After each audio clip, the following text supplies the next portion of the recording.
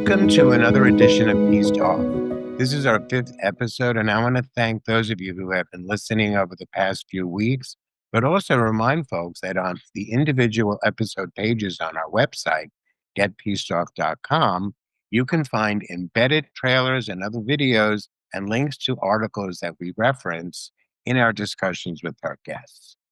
So feel free to check out those ancillary materials before, during, or after you listen to our episodes. Today, I'm back with Orly Ravid from the Film Collaborative and very blessed to be with these two special people that I've been looking forward to having a conversation with because of the work they're doing. It's Ahmed Fawad Al-Khatib and Melanie Robbins, and they are with Realign for Palestine. And of course, joining me is Orly Ravid, founder of the Film Collaborative, and whose idea it was to do Feast Off and bring people together from different sides of the spectrum to have this conversation. Welcome, Ahmed and Melanie. Thank you. So if you would just give us a brief introduction to yourself, Ahmed, first, and then Melanie, and how you two met, that would be wonderful. Fabulous.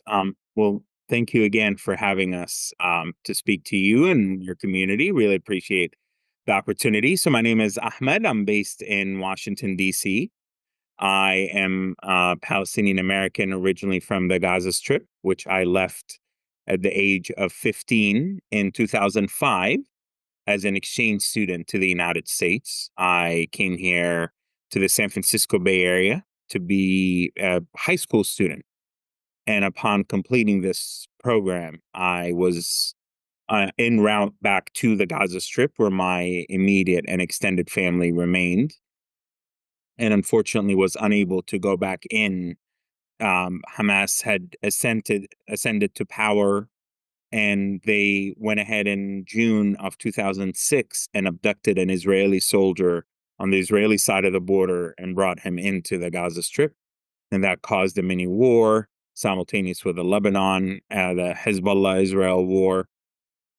So I was stuck in Egypt, and after months, I was able to return to the United States, where I ultimately pursued political asylum.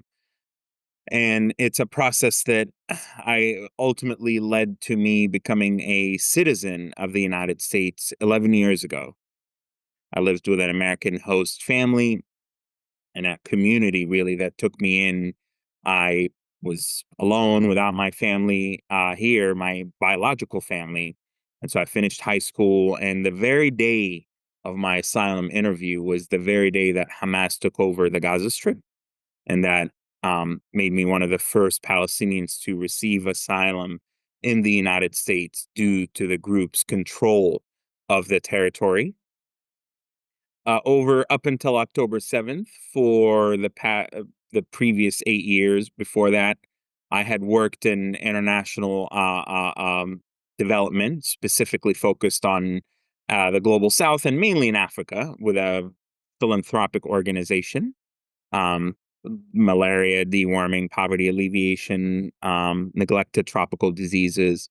And then I shifted gear to and was somewhat reluctantly thrust into the scene because of the tragedy that took place on October 7th and the horrendous war that ensued in the Gaza Strip that impacted me personally, my family members, leading to the loss of dozens of my immediate and extended family members in Israeli bombardments, the destruction of my two childhood homes, but also me deciding to put myself out there to challenge Hamas, to challenge the armed resistance narrative, to challenge the destructive rhetoric that was emerging in the name of being pro-Palestine. At a time when I very much so identify as being pro-Palestine. I'm a big believer in the Palestinian people's just and urgent aspirations for freedom and independence and liberation and self-determination and statehood. But I also am a believer that the Jewish people have a right to safety and security, and that's not controversial. That shouldn't be controversial in the sense that I don't believe in violence being perpetrated on any side. I don't believe in extremism on any side, whether it be Jewish or Palestinian, Israeli or Arab. And so, yeah, that's part of what put me into the scene. And I connected with Israeli hostage families and survivors of October 7th, and as a way to break the vicious cycle of hatred and incitement and violence and revenge, and really honor the legacy of my family members by doing something different than seeking revenge and using their memory as fuel for a different pathway forward. And it was Great. through that effort that I met Melanie, who was consulting and working with hostage families. They had a delegation that came to Washington, D.C. This was before I moved to Washington. But we crossed paths, and I think there was an alignment of the minds, of the hearts. And yeah, we decided to try to work together and build something together that is both Palestinian led. I do believe in dialogue and engagement, but I wanted to build something that is a new political home for like-minded Palestinians, Arabs, Muslims, with the space for engaging allies in the Jewish and Israeli community. And so that's where I thought Melanie could be a partner in helping me build the component that engages the other side, if you will. I'm not a believer in sideisms, but let's just call it that. And here we are, almost coming up on a year. We met last July. And Melanie, if you could tell us about your brought you to the moment where you two met. Yeah. So, I was born and raised in a American Jewish home with values of social justice that had led me to lots of different issues throughout life. And in high school, I had gone to Israel for the first time, and that's really where my journey had begun. And I had a lot of cognitive dissonances that over time I broke down and really sought to learn from multiple perspectives and understand the history of the conflict through various points of views. And that eventually led me to study the issue, write on the issue, and then move to the region. I lived in the land between 2011 and 16, where I worked at a variety of different levels, both at a very grassroots peace building educational level, but also at a political level, working for an organization called Peace Now, which is an Israeli peace organization focused on policy more than anything. And in that time, I also began to bring students, particularly young American Jews who were visiting the region, who wanted to experience and understand what was happening in the West Bank, but didn't know how to get there. And so that for me was the first time I had the opportunity to sort of share my process with others by just getting them to question and tangibly experience what the conflict looked like on the ground. Um, I eventually went and got my master's in security and diplomacy and moved back to the States, where I started working in a variety of different Jewish communal organizations, first at the Anti Defamation League and later on at a Jewish communal organization focused on, programs actually with Israel. And throughout that time, I continue to engage in a really like interfaith model. So I really believe strongly that the only way we were going to get to a better place, either here or there, was working together with allies. And so a lot of my raison d'etre has been like to work together as an ally to others and to help build capacity and strength for different needs and movements, especially on the Israel Palestine issue. And so when October 7th happened, I was, of course, distraught.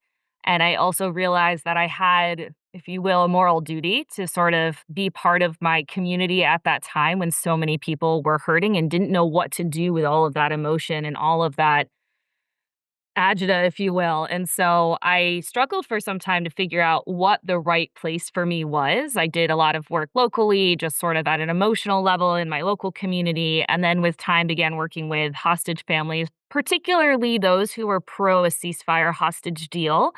And in particular, trying to help them translate what was happening on the streets of Israel into the American Jewish community so that people could understand and find hopefully more solidarity between what the Israeli people were saying and doing and what was actually happening in the discourse in the United States. And that is, as Ahmed mentioned, where we met. He joined a delegation of some of these families to DC, where we met with policymakers from across the spectrum, from Lindsey Graham's office to Ilhan Omar's office, and really modeled for the first time, especially in Congress, a Jewish Israeli hostage family and a Palestinian from Gaza who's lost dozens of family members sitting in the room having a shared message. Whether they had agreed on everything or not didn't really matter, but it was this modeling of what this kind of allyship and solidarity could do that really sparked us thinking about what more could be done. And so as Ahmed mentioned, we just kind of kept brainstorming and thinking about how to build something that, as he said, would be Palestinian led, because there isn't space for the Palestinian community to really advocate in a productive way, the way that we have in the Jewish community, right? On our community, you have from the extreme left, if you will, of like the JVPs to APAC and so forth, and a whole range of different organizations in between. And so we really wanted to help create a space to open up a political movement and home for this kind of advocacy that would lead to a pragmatic solution and kind of break out of the entrenched narratives that we see in both of these diaspora communities. So my question would be, how do you explain realignment to these two entrenched different opinions? What is your experience when you're trying to broach this conversation? Well, what I would say is that there's a very visibly entrenched, like pro-Palestine camp or narrative, or pro-Israel camp or narrative. And they're not, there's pro-Palestine and then there's pro-Palestine. And that is and similarly with the Jewish community or with the pro-Israel community. But what I mean by the quote community is what I call them are those who suck up the oxygen out of the room, who use incendiary rhetoric and language, who use divisive sloganeering as a way to somehow gain attention and supposedly call out the injustices that the Palestinian people are facing, but inadvertently that ends up backfiring. It ends up making the issue radioactive. It ends up pushing away prospective allies. And they will stubbornly tell you that we don't want to pretty up or moderate our message to attract others. And we don't want to talk to Zionists, and we don't want to talk to any Jewish person who believes in Israel. And it's as if they're at a moment when there's unprecedented global awareness and solidarity with the Palestinian people. They're like to build a massive tent and to really drum up support for the Palestinian cause and issue. Instead of doing just that, they're retreating to more radicalism, more extremism, more isolationism, more self-destructive narratives that are completely lunatic and just extraordinarily self-harming of the Palestinian people. There's a disconnect, for example. My family is in Gaza, or what remains of them. I have a lot of folks in Gaza, and people in Gaza are not monolithic. People in Gaza are just like any other community. There's people that believe different things about, the occupation, Hamas, Israel, the October 7th, etc. But America. the United States and the region, etc. But what is present throughout Gaza that is not captured by the pro-Palestine community, and deliberately so at this point. At the beginning, I was like, okay, maybe they don't know, maybe there's some ignorance, but right now, there's like Hamas enjoys far more support in the Western pro-Palestine world than it does in Gaza. Most people in Gaza are livid and furious at Hamas. It doesn't mean they're pro-Israel or they love the Israeli government in Gaza. They're furious for what Israel has done to them. But they are 50 times, I would argue, more furious at the fact that Hamas handed them on a silver platter to the most far right and arguably fascistic government in Israel's history. They are livid at Hamas's behavior, hiding in hospitals and schools and embedding itself in all aspects of civilian lives. so as to elicit Israeli retaliatory airstrikes that regularly kill civilians. And that's a complicated subject because on the one hand, of course, I'm not excusing Israeli behavior. On the other hand, Hamas has been a complete disaster. Like there's this idea that international humanitarian law, people have no business talking about the international law. Are regularly like, well, international law says you can't do this.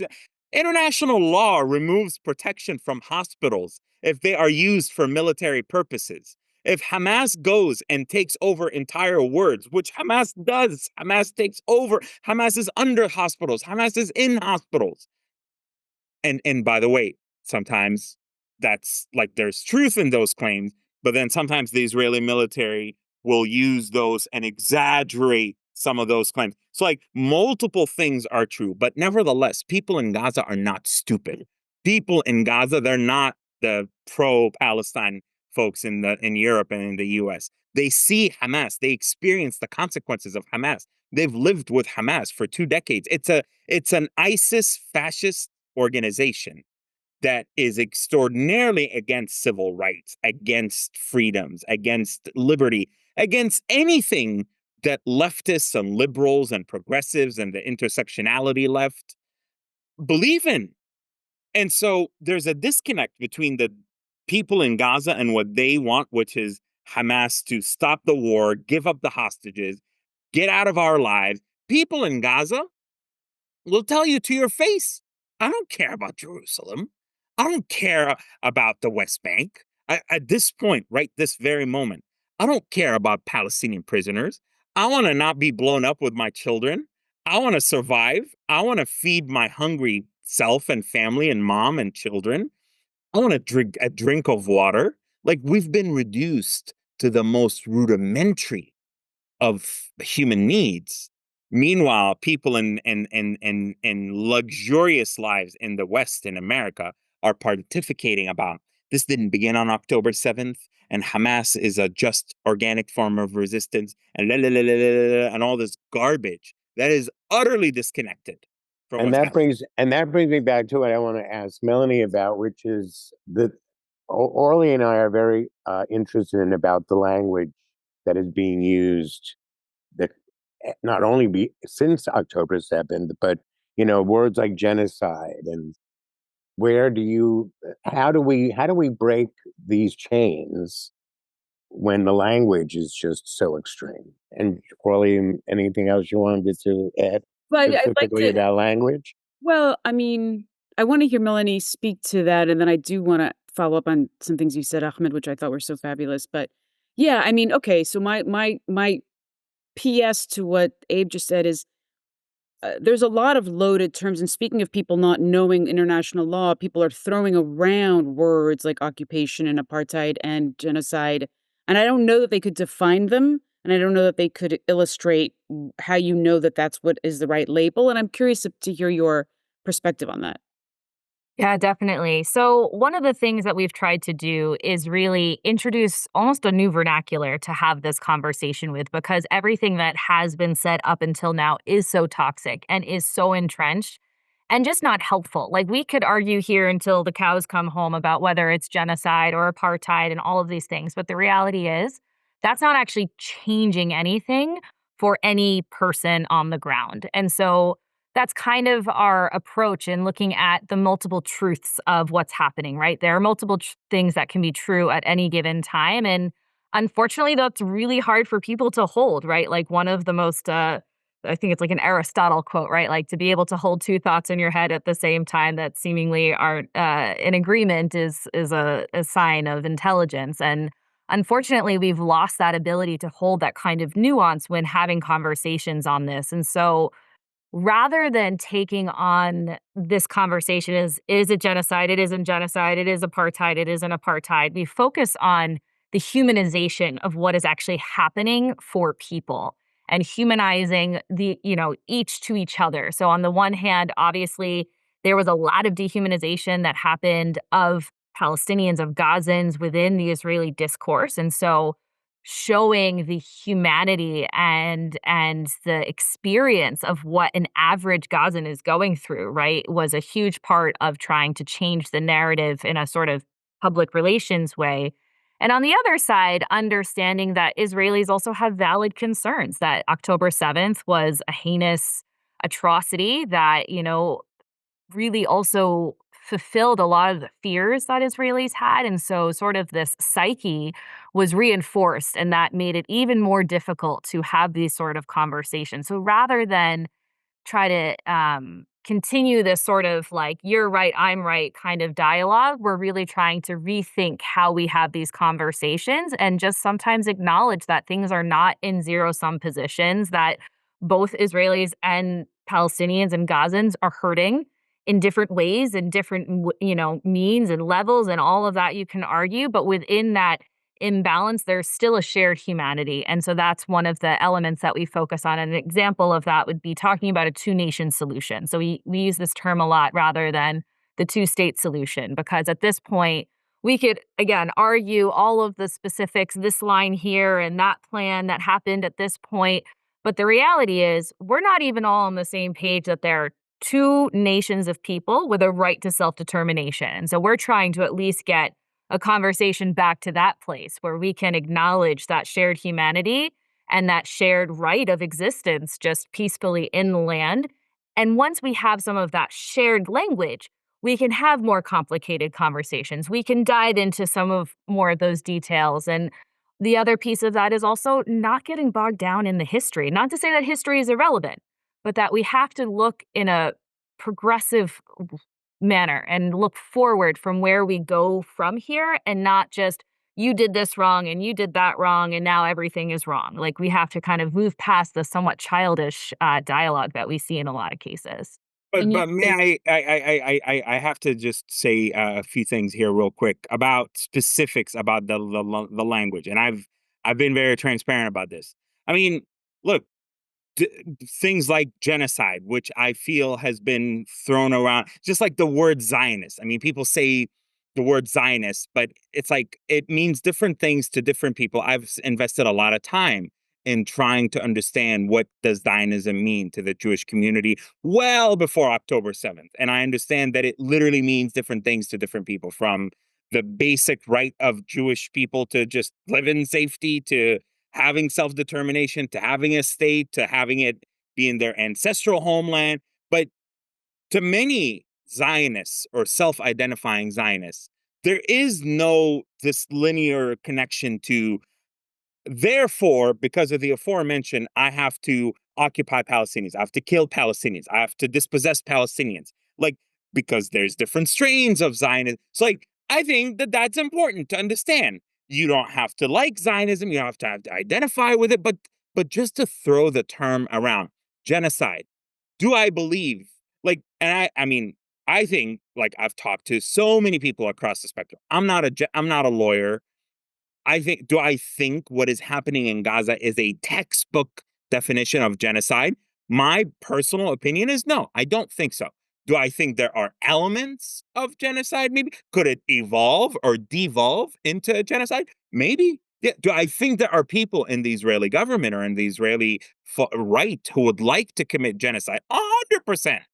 But is it the current, like, policy of the state of Israel to carry out genocide in the classical manner? No, I don't believe that to be the case. And I've heard, yeah, and you can argue either way, but, like, I don't, I think the genocide argument has become a distraction rather than, and like a form of a purity test. It's like when I speak to some Palestinians who are interested in this messaging, but they're like on the fence. Some of them will engage in this like purity test. It's like, okay, all right, genocide, true or false? Zionism, true or false? Things like occupation. I have been on a mission to say specifically, whenever I speak, the military occupation, because the word occupation also, like Zionism, means different things to different people. For some people, they think the entirety of Israel is an occupation because Israel dispossessed the Palestinians in 1948 and declared itself as a state, and therefore Israel in its entirety is an occupation. for me personally, as not only a radical pragmatist, but as someone who understands that like Israel exists, it is an internationally recognized entity. The Palestine, to me, the occupation is of the 1967 boundaries that the Palestinians themselves have agreed to as the kind of bedrock of the two-state solution. I say the military occupation because it delineates that there is a mainland Israel that is internationally recognized, and there is Palestinian territories, West Bank, Gaza, and East Jerusalem, that are internationally recognized as occupied. So similarly with Gaza, it's like the whole international law, they say Gaza was occupied before October 7th. And I get that in a legal sense might be the case because Israel controlled the airspace, the waters, etc., that what goes in and out. But it was in a direct occupation and part of the blockade. It was in response to a terrorist Islamist organization saying, we exist to destroy you. We're going to turn Gaza into a terrorist base, basically. We're going to build tunnels. We're going to build rockets. We're going to smuggle weapons through Sinai. Whether it was Israel or any other nation, I think there would have been consequences to that. I'm not saying this to justify what Israel did with the blockade. I'm simply saying I want to understand what happened in Gaza after the 2005 withdrawal of the settlements, so that we understand those mistakes and we understand what happened, so that we don't repeat them. So that's ways in which Zionism, genocide, occupation, apartheid. That one last thing, apartheid. Do I think Israel in its entirety is at an apartheid state? Absolutely not. No, Israel has a de jure legal equality for all of its citizens. Are there some instances of discrimination within Israel? Sure, against the Bedouins, against this, against that. Nevertheless, Israel, like you have over 1 million Palestinians or Arabs or Muslims that live in Israel, and they have citizenship and they're part of the parliament and they're doctors and they exercise. Do you have parts of the military occupied territories that have an apartheid like regime or system, or something that resembles apartheid, in which there is a separation between the Palestinian population and the Jewish Israeli population? Yes, you do. And some of that is deeply horrific and deeply problematic, but that's theoretically outside of Israel. Now, if Israel were to annex the West Bank, then you would, in fact, have Israel be a de jure apartheid.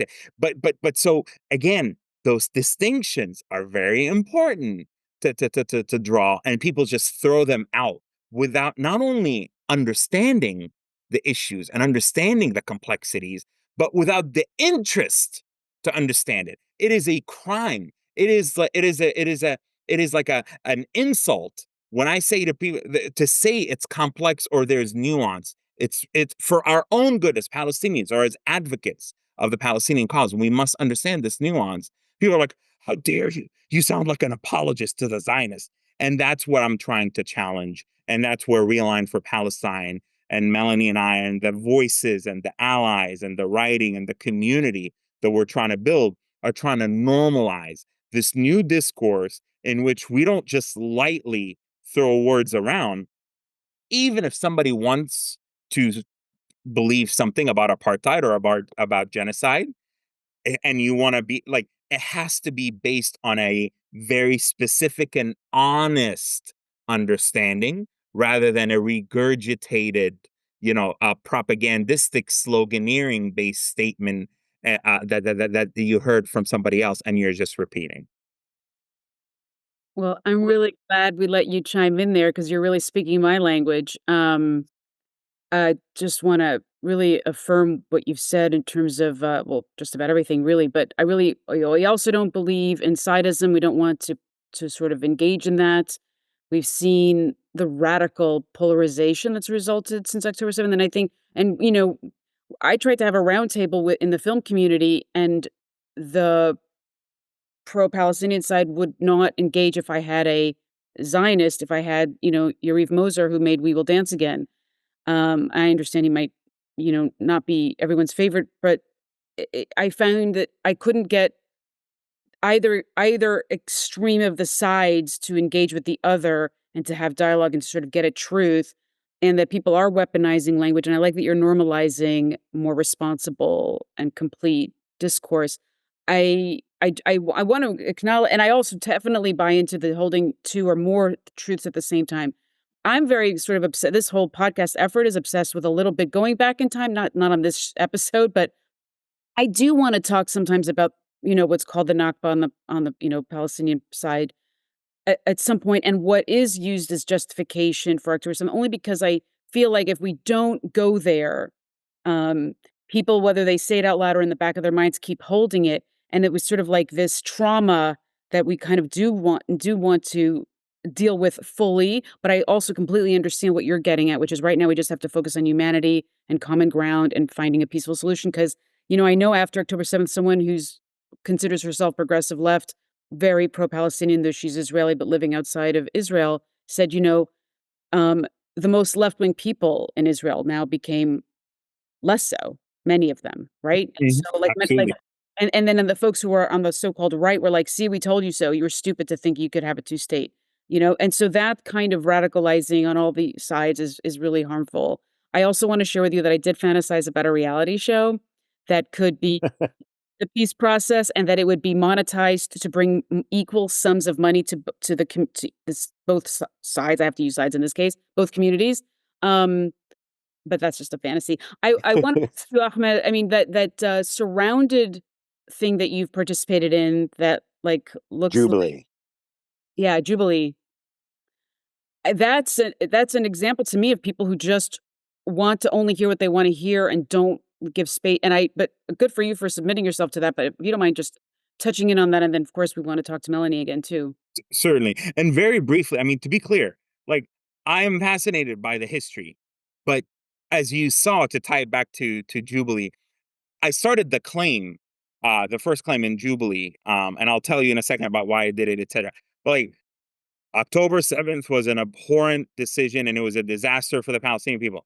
And this gentleman, with all due respect, who's not Palestinian, like started lecturing me about the Nakba in 1948. Like the history also has become a tool of ignorance, a tool of rejectionism, a tool of shutting down the current conversation. I'm not going to talk about Hamas being an ISIS-like despicable organization that is doing medieval style torturing of Gazans, throwing bricks at people right now to break their bones and shooting them in and cutting with knives, cutting their little fingers, Taliban style.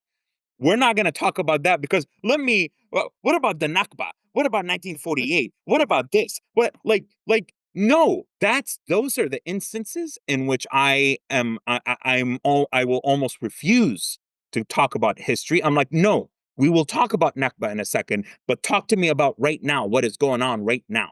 My brother who's in Gaza, my family members who are still surviving and struggling to survive because they are powerless to stop a war that they didn't start.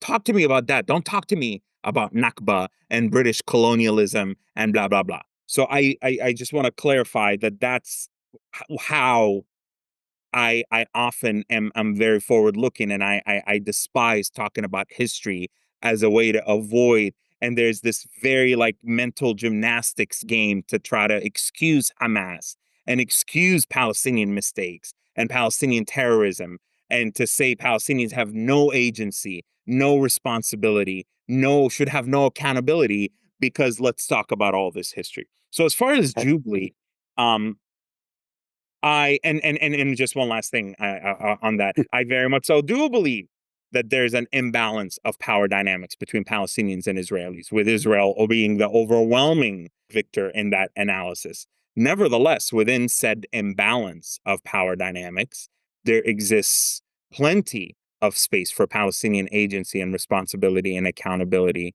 And that is not blaming the victims. That is not self hatred or self loathing. In my strong opinion, That is actually the first step to empowering the Palestinian people, empowering them, give them some sense of control over their destiny, over their fate, instead of this bigotry and racism of low expectations that you're just perpetual victims, that you're going to act as savages forever because the Israelis turned you into human animals. So, Jubilee is an interesting one in the sense that the young people consume Jubilee a lot. And I would not have on my own honestly thought about it as my first choice for a medium, but over time I've discussed it with a couple of friends of mine who really thought that if we want to reach a younger audience, to plant seeds for this new school of thinking, for this new approach, for this calm, rational way of let's hold multiple truths, and hearing it from someone who is from there, who has skin in the game, who has lost family members, who carries the literal battle scars from the war and the second intifada from being in Gaza, this may resonate in ways that might lead to some seeds of transformation in some of those younger people. And so the format was very challenging and unusual. It's like once you start getting in the zone and then you have these flags and you get interrupted and you stop and people jump up and it was a very, if I may be very transparent, it was an extraordinarily hostile space. Like not just verbally, but borderline physically. No one tried to physically hit me or assault me. But like I felt very close to that.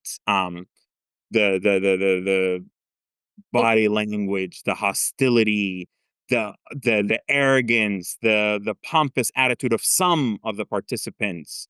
No one was there to really listen. Everybody was there to pontificate, to out, especially the non-Palestinians were there to out Palestinian an actual Palestinian.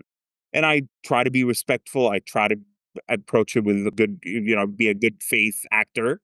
And so I've been pleasantly surprised that there have been a lot of good feedback from it. I was stressed out doing it, to be honest. I can't imagine And how you wouldn't be. I mean, it looks like you're just surrounded by an enemy line. it was very much so like an execution pit. And so like there are like and I like one of my biggest things that I'm trying, like there were several things that I really wanted to say and respond to, but I didn't get a chance to because I again like I was deeply stressed out and people were cutting me off and like it was just it And then felt they would like an end the execution. conversation, like, before you get to make a point, they ended it. They moved to the next one. Precisely that. So And it since was since Melanie was in the room, I'm just isn't this all part of the way he was attacked is like it's an extension of misinformation because even if Ahmed is trying to tell the truth about or two truths at the same time, it all becomes squashed, so the truth doesn't really matter to those people, and there's just like bullies in the schoolyard. So, what was it like being in the room and watching your associate being kind of confronted like that? Yeah, it was metaphorically like the online discourse coming offline in real life. Like all the trolls that you can imagine you find in social media were like in their real persons. And it was on the one hand not shocking because we do see so much of this rhetoric online.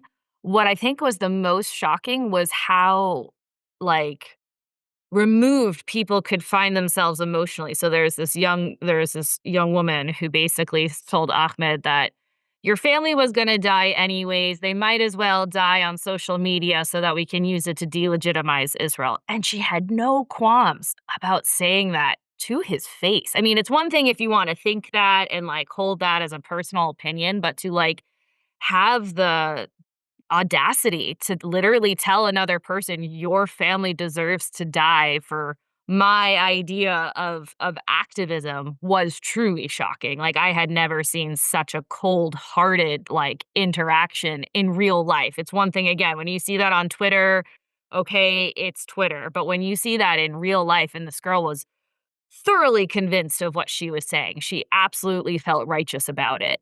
And And that to me was that ties back into what you started talking about, was you're both trying to find the humanity. And it seems like it is a really uphill battle. And this is part of the journey that Orly and I are on, to trying to find voices doing what you're doing through film and other media. And that is the goal, to just try to find a little, peace of mind anyway. But yeah. people like that, no peace of mind involved. Yes, and what was also fascinating were some of the folks in the room who you wouldn't have expected to have any change of heart or mind. By the end, did have a little bit, right? Like some of that personal engagement and with what Ahmed could get through the beeps and the flags and all of that, like there was another young man from Gaza who made a really hateful remark about how, the Jews should just go back to Poland or wherever they came from. And Ahmed really called him out strongly on that. And you could see that it actually gave him pause. It actually made him pause for a moment and say, oh, maybe that was like really not a good thing for me to Oh, say. And he's continued to engage us since. Yeah. And I'm sorry for interjecting, but I also noticed one fact that a lot of folks like to ignore is all the Jews that were kicked out of surrounding Arab countries that are in Israel, right? The people that look like they're Arabs because they're from Iraq, Iran, Morocco, Egypt, Jordan. Well, not really Jordan, but okay, Syria, Lebanon, right? Yeah. Yeah, no, absolutely. And that's, Ahmed's response was kind of twofold. One, A, is the number of Mizrahi Jews that actually make up the Israeli society today. And two, that there's multiple generations now of Jewish Israelis who all they've known is the country of Israel. That is their home. They don't know a Poland. They don't know even Egypt at this point. That is their home. And to say that you should just go back to where you came from is a incredibly hateful sort of remark and an unthoughtful remark to make. And so while there were these really Sounds so insane American. Yes. Well, he's been here. The guy had been here since he was 4, I think. So it was like he had certainly been inculcated in an American perspective on some of these things. But it was shocking to see how even within the diaspora, so the Palestinians who were in the room ended up having a little bit more humanity by the Including end, that young whereas woman. Tell them about the young woman. so there was another young woman who had been like a student leader of her encampment at UCSD at the University of San Diego. And she was adamant that, everything they had done was right. There was nothing wrong with the encampments or their rhetoric. And October 7th was fine. And then at the end, Ahmed really laid out, like, from a moral position, like, October 7th doesn't represent the morality and people that I come from. Like this is not reflective of our values as Palestinians, as Muslims.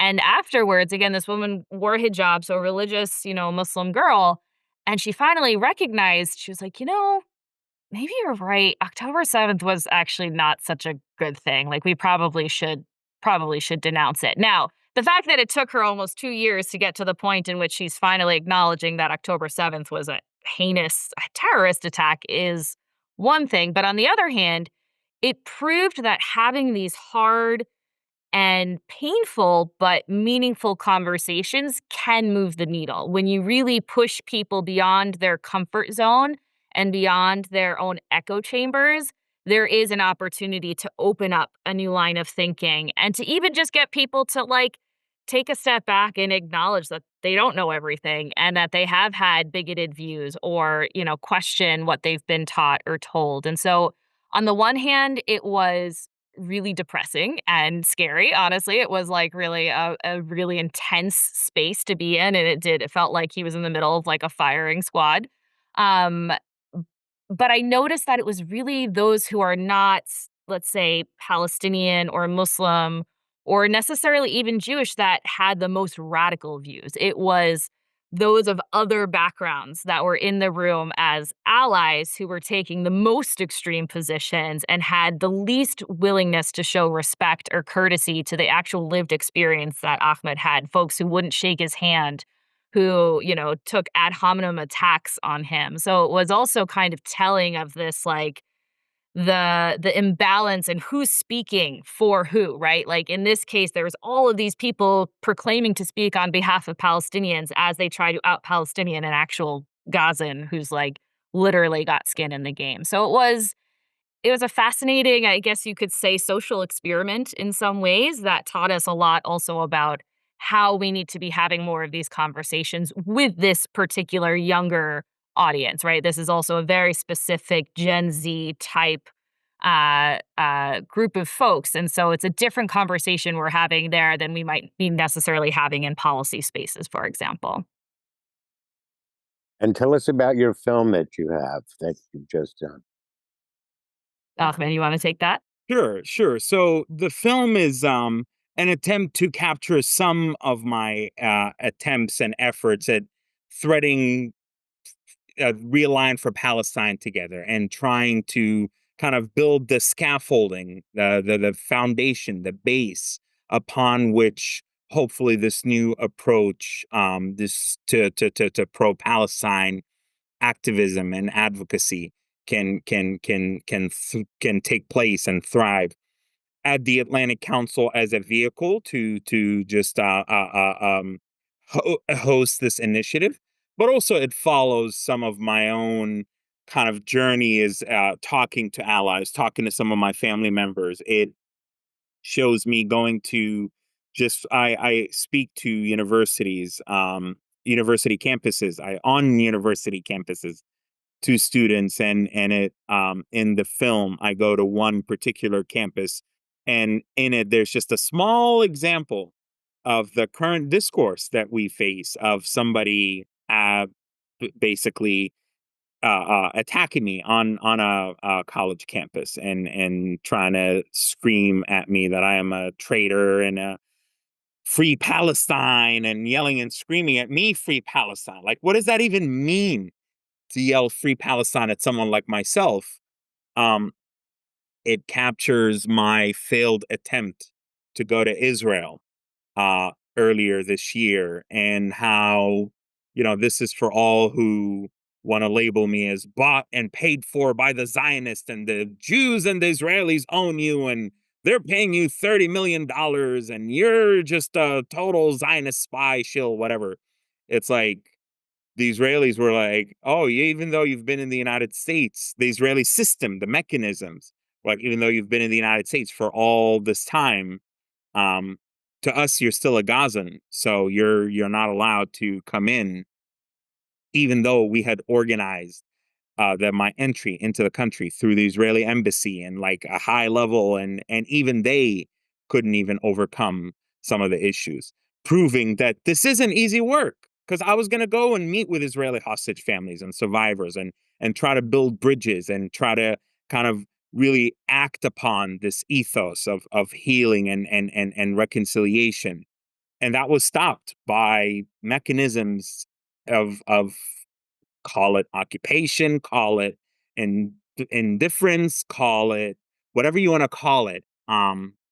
It was like, oh, yeah, no, sorry, you're a Gazan. We don't care how much, how pro peace you are.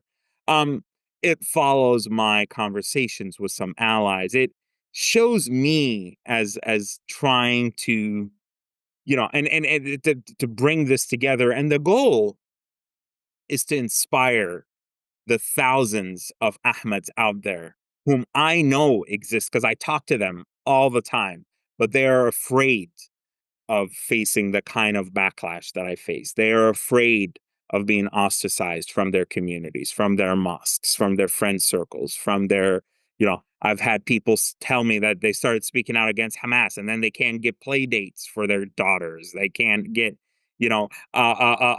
social gatherings and get togethers, or people start attacking them or saying, what's wrong with you? And you're being weak or this or that. So I'm trying to say that if enough of us can do this, like then we become enough of a critical mass that we can be each other's community. We don't need to be silenced into enforced conformity and forced cohesion forever. Beautifully said. And hopefully there's enough of us that we have a critical mass that we really start to become the more popular perspective of this very responsible and humane and ethical and intellectually honest and rigorous process that you guys have put forward. And Melanie, speaking of language, you used the word progressive earlier, and I think you meant forward looking progress, right? I think you weren't looking to along with the label, not that you were looking to reject it either. I'm not, I'm just being precise. She's a lawyer. I Hello. can't help myself. Ahmed and Melanie, I'm so thrilled that Abe found you and brought you here. You guys have been incredible. Your work is incredible. We want to platform obviously this whole episode. We want to platform your film. We will, be in touch with you. Abe, do you have anyone have anything that you haven't said on screen yet that you want to say before we close? Any of you? I would just like to say that I am surprisingly moved in these past few months working on this project, which it kind of wasn't where I was coming from, but I'm glad I'm here now because I feel like there's the best thing to have is hope, whether it's for the safety of people in Israel and in Palestine and in all the other zones in the world right now where no one is paying attention to. But yeah, this is a good mindset for me to be in. And thank you for joining us. Thank you so much. Well, and No, thank you thanks. for Yeah. having us, really, and thank you, Melanie, for making this happen. Melanie is an amazing um, right hand ally and partner in this.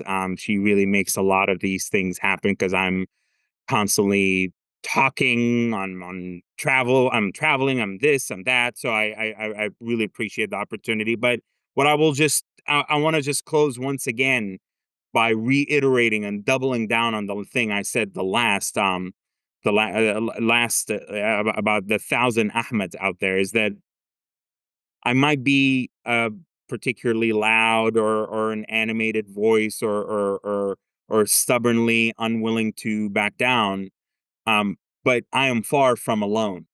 And there are many Palestinians in Gaza, many Palestinians in the West Bank, in the diaspora, who share my frustration with the current discourse, who share my desire to see something other than what we have gone on, who strongly believe in my core ethos that peace and coexistence are necessary, courageous, not cowardly, courageous evolutions that will absolutely help the Palestinian people thrive and engage in nation building. And that there's plenty of space for allyship with Israelis and Jewish Israelis, and that we need to talk to Zionists. We need to engage with the other side. And so I am far from alone.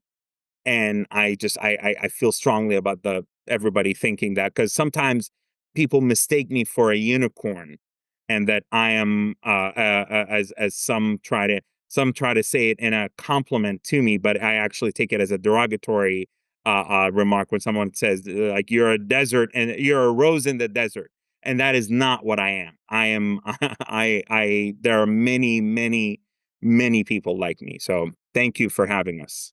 Shukran, Thank you so Ahmed, much. shukran. And one thing I didn't say yet, and thank you for everything, is I didn't say I'm so sorry for everything that's happened to your family. I just want you to know that. Appreciate it. Thank you. Thank you, everyone. Be well. Bye, Thank Melanie. you. Bye, Talk to you Ahmed. soon. Bye, Bye-bye. Orly. Bye.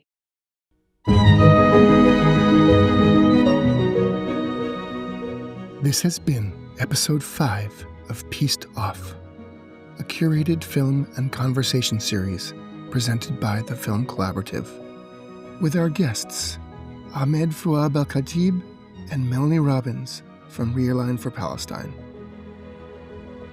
Pieced Off is curated and executive produced by Orly Ravid. It is produced by Abe Gurko. Both Orly Ravid and Abe Gurko serve as moderators for this episode. Our head of audio and video production is David Averbach, who also serves as series art director. You can find more about this podcast at getpiecedoff.com.